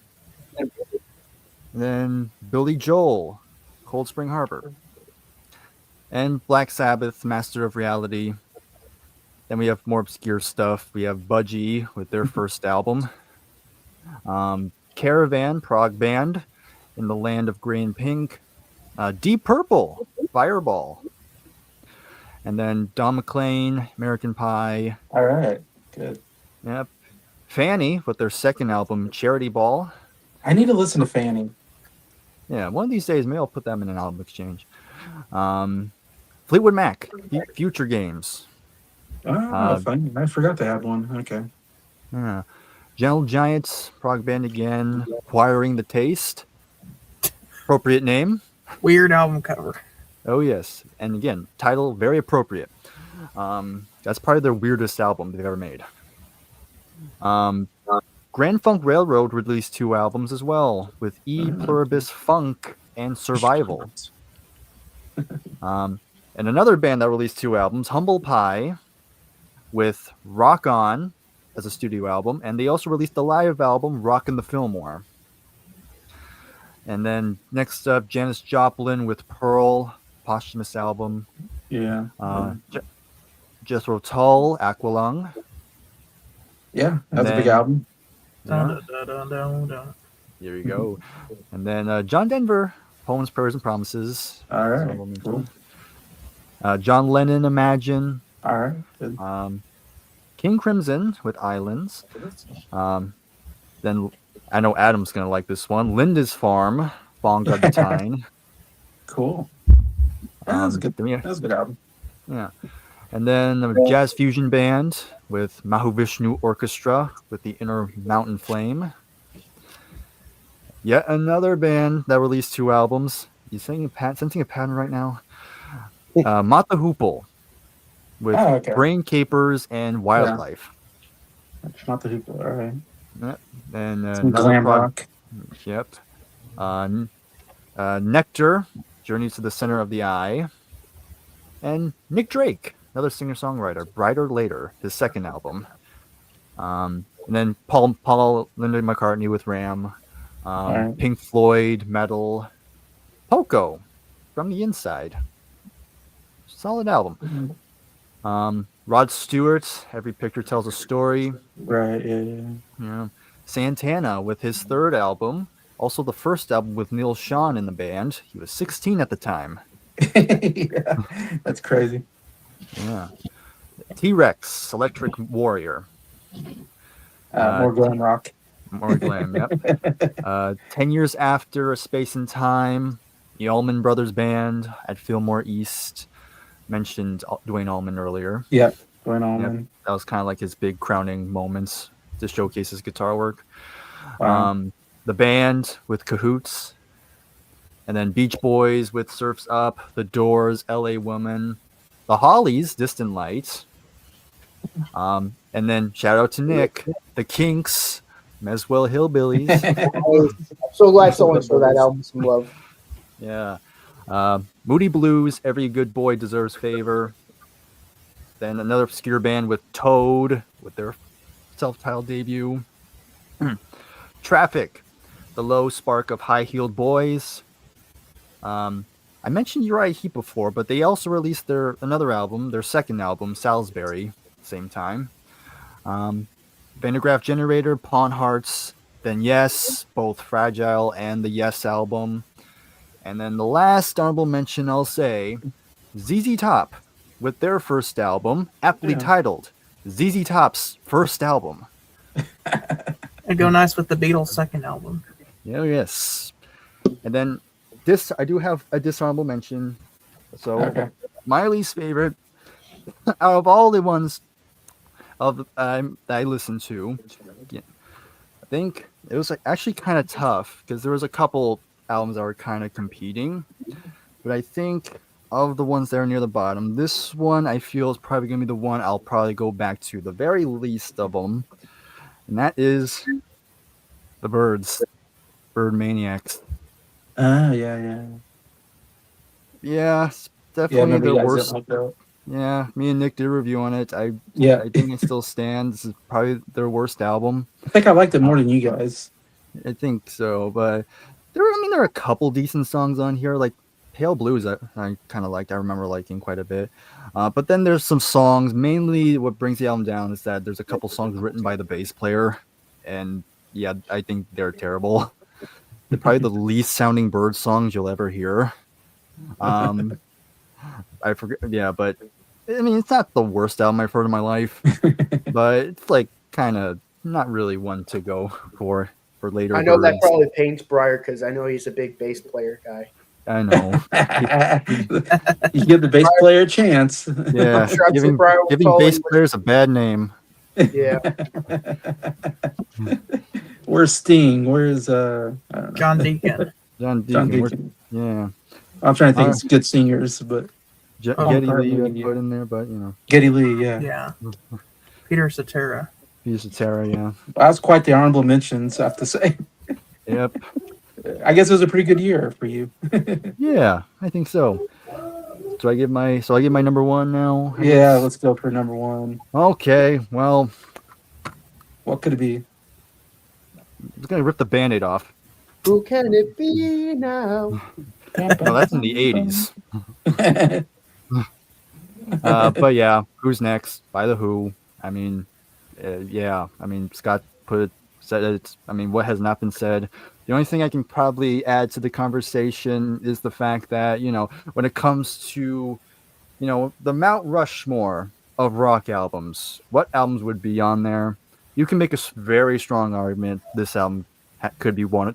Has to be one of them. Yeah.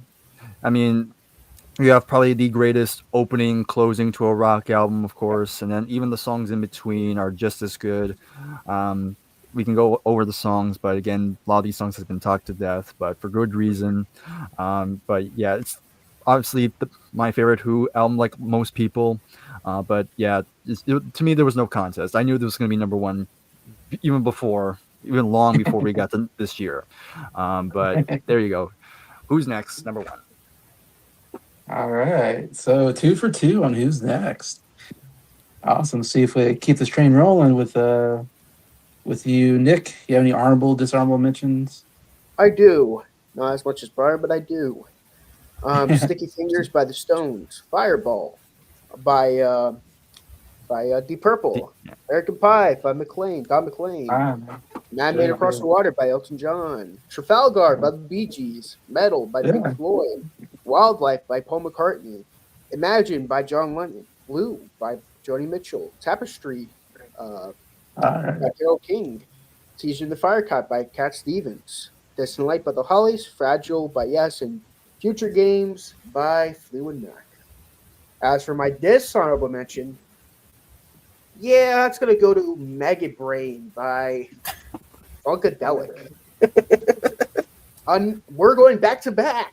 So the defending champion was the Beach Boys, and the worst, the bottom of the barrel was Funkadelic, and they go back to back with the worst band of the year. This album is garbage. I'll leave it at that because I hate that album. My favorite album of this year. Who is it? Yes, who's next? That's 3 for 3. This is the first time we agree. This is the first time I agreed with anyone. No one's agreed on any number one so far. And we've got talking 3 about of us. We're talking about 11 years of music, and this is the first time I actually agreed. Yeah, I was gonna say, we've gone through 1960 to 1970. Nobody agreed on number one. Yeah, this is gonna be the. I'm confident it's gonna be the first year we all agree on an album, which is crazy. Yeah. But we get Bob O'Reilly, and Who Won't Get Fooled Again, one of the greatest bookends of all time. Bargain, oh, love that song. Really underrated song. Loving for Keeping is awesome. My Wife, really great end whistle song. Song is Over. That's like the ultimate deep cut on the album. Getting in Tune is great. Going Mobile, that song has grown on me a lot. And Blind Blue Eyes, that's a really iconic song. I don't have much to say about this album that hasn't been said already. It's iconic. Yeah. It's known. It's really good. I mean, it's the best album of this year by far. It's really good. All right. So for me, honorable mentions, Just As I Am by Bill Withers, which was introduced by Adam. That was the very first Adam that's the very first album that Adam put on the album exchange, actually. So yeah. Madman Across the Water from Elton John. Yeah, I had to have that there. Straight Up by Badfinger. Bud Slide Slim and the Blue Horizon. Very close to making my top 10. Another great singer-songwriter album. Teaser and the Firecat. I didn't write down the name of the. I forget the name of the. Cat Stevens. Cat Stevens, and America by America. Also, I have honorable mentions. This honorable mention, I say Must Will Hellbillies is probably my least favorite that I can remember. And I'm a Kinks fan, but I'm not a fan of this country album that they put together. I gave it a 5 out of 10. And Nick gave it a 10 out of 10. So we had not the first time we've ever done that, but one of the times I think we've done that where one loved it, one hated it. Though I have to say Maggot Brain is probably my least favorite album cover of all time. I imagine I would hate that album. It's awful. Yeah, you just by looking at yeah, you wouldn't like it. But looking at the cover, I hate that. I'll say you didn't like if you don't like Grateful Dead, you're really not gonna like Funkadelic. No. Yeah, I hate that album cover. Every time it shows up, I'm like, oh god. Even the name, I hate that name. It's just a terrible all around. So what is next on my number one? Not what, but who. There we go. Who's next? No surprise. 4 for 4. Total agreement on this one. Who would have thought? Yeah, who's next? Of course, it's the one that unites us all together. Yeah, we just talked about this album yesterday because it was number one on our Music Junkies top 100 favorite albums. It came to number one as well, so no surprise. Our number one. The album that was number one for us is also our number one album of the year. It totally makes sense. And I would say a better number one than What's Going On or what's the other album I'm thinking of? That 90s album. I can't even think of the name of it, but The Miseducation. The Miseducation of Lauryn Hill, which was Apple's number one. Um, I put Who's Next as a better number one, though you guys, two of you had What's Going On your list. So we did have that represented here. So we had our number one and we had the Rolling Stones number one, both make it onto our list here. So Who's Next? Yeah, I agree with Bryer. It's a Mount Rushmore great rock album. I guess I'd say like a post Beatles. Like if we're talking about post Beatles, I mean it's a Mount Rushmore album. Along with Led Zeppelin 4. I mean, it's crazy that we got Who's Next and Led Zeppelin 4 in the same year. To me, it's just insane. Like two of the greatest rock bands. Like my Mount Rushmore of rock bands are, the Beatles, Queen, Who, Led Zeppelin. That's like my Mount Rushmore of like great rock bands. And two of them put out their best album in the same year, which is insane to me. Um, and yeah, so we talked about it. What can you say? Great opener closer with Bob O'Reilly. Won't Get Fooled Again. I said the other day, Won't Get Fooled Again. I think it's probably the greatest rock song ever made. I listen to that all the time when I'm driving. I love driving to that song, and I'm singing along to it, and I'm just rocking to it. Man, this is so good. I never get tired of that song. But there are also some good kind of more ballads with The Song Is Over, Getting in Tune, or some like more ballad type songs are really beautiful. Roger Daughtry really singing well on those. Bargain, I agree. Bargain is a really great rock song. I love Bargain. But it's just one of those perfect albums that's like it just every song is really good to some of the best music ever. Anyway, so yeah. So yeah, we never agreed on number one before, and all four of us. I was hoping it would happen. We're debating like, will we ever all get the same one? I thought we might do it with this one. This was the closest one I thought we could agree on, and we might agree on Queen at one point. That might be the other album if we get to there. Queen might hit a number one. Who knows? So yeah, so very happy, excited to see we all agree on this one. I guess I shouldn't be surprised. I thought one of us might throw in a curveball at number one, but you never know. Um, but yeah, what can you say? Very deserving for all of us to get it on there. Very happy about that. So that's the end of our 1971 amazing year of music. Like I said, I put like when I think of great years, I think of 65, 66, because the Beatles put out some of their best stuff, plus the Beach Boys put out like Pet Sounds like that. And then 71, I mean, like I said, you got The Who, Led Zeppelin, uh, John Denver, Carole King, Ian McCartney, and then, I don't know, it's just, the list is just, it's just insane how many big albums come out this year. So cool to talk about this year. And obviously that was the only one all four of us agreed on, I guess, because three of us had Led Zeppelin on there.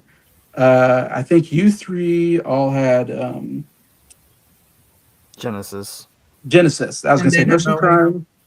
Hunky Dory, did that come on all three? I think so. I think y'all kind of had Hunky Dory. I'm the only one that didn't have those on my list. So yeah, all three of you had Hunky Dory, and all of you had Nursery Crime. So I was left out on those two big ones, but yeah, that was only, I guess, and then Led Zeppelin for three of us, and then Who's Next? So those were the four albums I guess we all agreed the most on, was those four. But all right, any parting words, I guess, as we leave? Really good album year.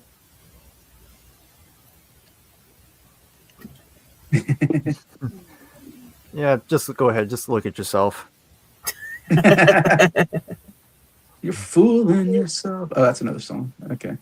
All right. So signing off in 1971. 1972 will be next. Another good year, I'm sure.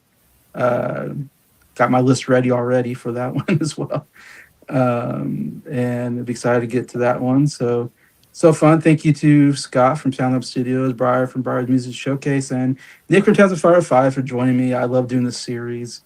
And especially now, it's so fun getting to these 70s albums. So Thanks for joining. Thanks, Adam, for commenting, and Mike in the chats, and anybody watching. I hope you enjoyed us discussing this music, and you have some favorites as well from this year that you would mention. Please do. And besides that, I hope everybody has a great week.